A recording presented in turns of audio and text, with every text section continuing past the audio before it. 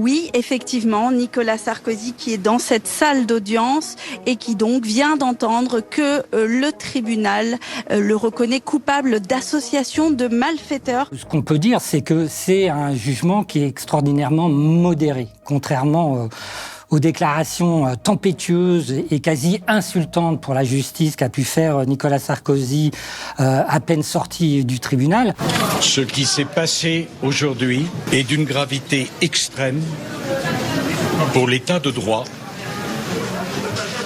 pour la confiance qu'on peut avoir pour la justice. Et c'est justement en parlant de haine, sous-entendu de haine des magistrats, qu'auraient les magistrats à son encontre, qu'il attaque le plus violemment l'état de droit. Moi, je constate quand même qu'il ne fait pas bon être un responsable politique de droite. Donc pourquoi quand même l'envoyer en prison, puisque c'est ça que fait le tribunal, c'est pour offrir son scalp à une foule déchaînée, comme on le faisait il y a 2 siècles. Il y a une sorte de condamnation d'atmosphère de la justice dans les cas de corruption et politique. Bonjour, je suis Yannick Kergouad, je suis le co-auteur et le réalisateur d'un film sur l'affaire Sarkozy-Kadhafi. Alors cette condamnation, effectivement, elle signe, je pense, la qualité du travail journalistique, de l'enquête journalistique puis judiciaire qui a duré, il faut le rappeler, plus de 14 ans. Elle met un point final, en tout cas en première instance, puisqu'il y aura vraisemblablement, et Nicolas Sarkozy l'a déjà dit, un procès en appel. Cette condamnation, donne des arguments, effectivement, pour dire que le travail journalistique et le travail judiciaire a été conduit convenablement, contrairement, effectivement, aux allégations qui ont pu être portées par Nicolas Sarkozy et son camp à toute occasion des événements de cette enquête et notamment de ces différentes mises en examen.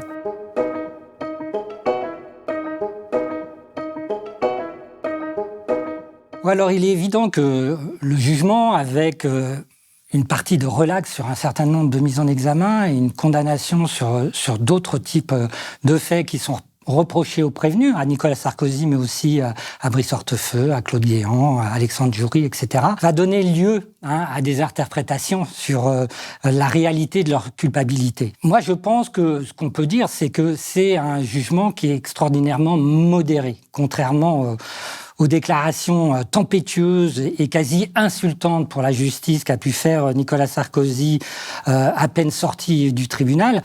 Ceux qui me haïssent à ce point pensent m'humilier. Ce qu'ils ont humilié aujourd'hui, c'est la France. C'est un jugement extrêmement modéré. En quoi ? Parce qu'il est relaxé sur des faits qui, pour le tribunal, n'ont pas totalement été prouvés de manière absolue. On va dire ça comme ça. En revanche, il est condamné pour des faits qui sont, eux, totalement prouvés.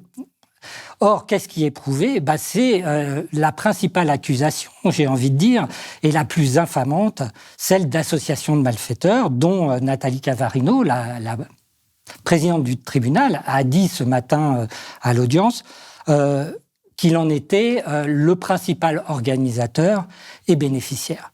Donc, ça vaut effectivement pour ce qu'il y a de plus grave dans ce qui était reproché à Nicolas Sarkozy. Et d'ailleurs, la condamnation à 5 ans de prison et 100 000 euros d'amende donne la mesure de la gravité des faits qui a, elle aussi, été rappelée par la présidente du tribunal ce matin. Donc ce n'est pas du tout une relaxe, absolument pas. C'est une condamnation extrêmement ferme et extrêmement infamante.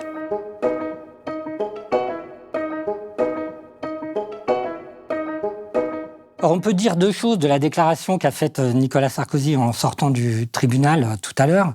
De telle façon que la présidente du tribunal a dit « Il n'y a aucun enrichissement personnel à vous reprocher.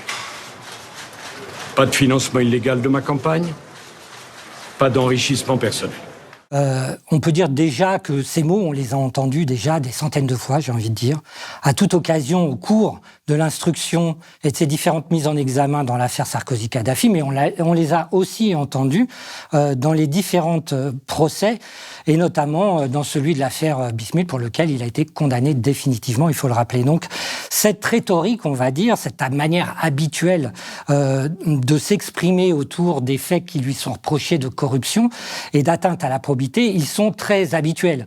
Et moi, j'ai eu le sentiment d'entendre mot à mot ce que j'ai déjà entendu à de nombreuses reprises. Ça, c'est une chose. Mais il y a peut-être une chose encore plus sidérante, c'est-à-dire qu'il a commencé sa déclaration en parlant d'attaque contre l'état de droit. Il l'a conclu en disant « la honte pour la France, c'est la justice ». Qui en est responsable. Donc là, il y a une sorte d'inversion complète du sens et du discours et du sens des mots presque, mais en tout cas du sens historique de sa condamnation. C'est-à-dire que je pense, moi, que la honte, effectivement, pour la France, c'est lui qui la porte. C'est un président condamné pour la deuxième fois, en tout cas pas définitivement, mais en tout cas en première instance dans cette affaire, mais déjà condamné définitivement au moins dans une autre, qui porte cette honte pour le pays, pour ses citoyennes et pour ses citoyens.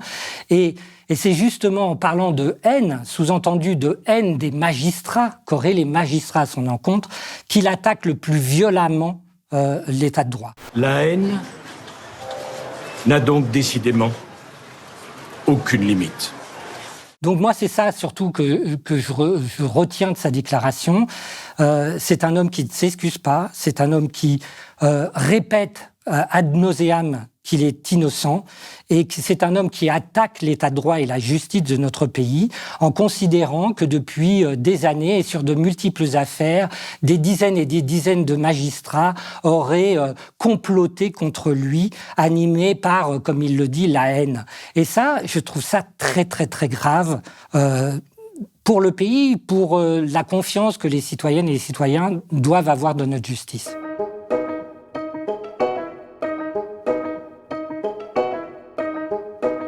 Alors, je pense qu'il y a deux choses à dire sur, on va dire, le traitement médiatique de l'affaire Sarkozy-Kadhafi. La première, c'est d'abord rendre compte des attaques très violentes d'un certain camp médiatico-politique quand on parle de condamnation d'hommes et femmes politiques, notamment de droite, dans des affaires récentes. On l'a vu au moment des réquisitoires sur l'affaire Sarkozy-Kadhafi, au moment où le PNF réclamait 7 ans de prison et 300 000 euros d'amende comme condamnation pour Nicolas Sarkozy, mais on l'a vu aussi au moment du procès des assistants parlementaires européens du Front National.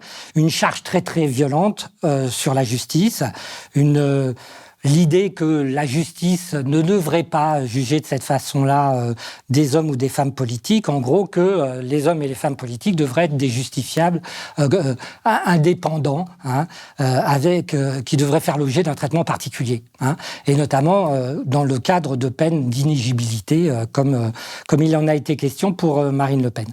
Ça, c'est une première chose. Donc il y a une sorte de condamnation d'atmosphère de la justice dans les cas de corruption politique. Il y en a une autre en particulier dans l'affaire Sarkozy-Kadhafi, je crois qu'on peut le ressouligner, c'est-à-dire un silence, j'ai envie de dire très très bruyant, des médias dominants au cours de toute l'enquête et de toute l'instruction, donc des 14 ans d'enquête et d'instruction sur cette affaire.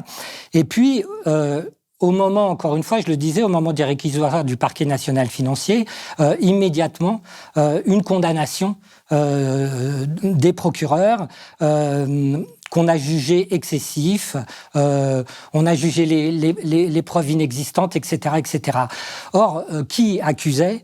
La plupart du temps des journalistes qui ne connaissaient rien à l'affaire, qui n'ont pas assisté à 1 heure des débats des 3 mois et demi d'audience qu'a duré le procès, et des éditorialistes et des chroniqueurs qui se sont immédiatement engouffrés dans le récitatif mis en place par la défense et notamment par Nicolas Sarkozy.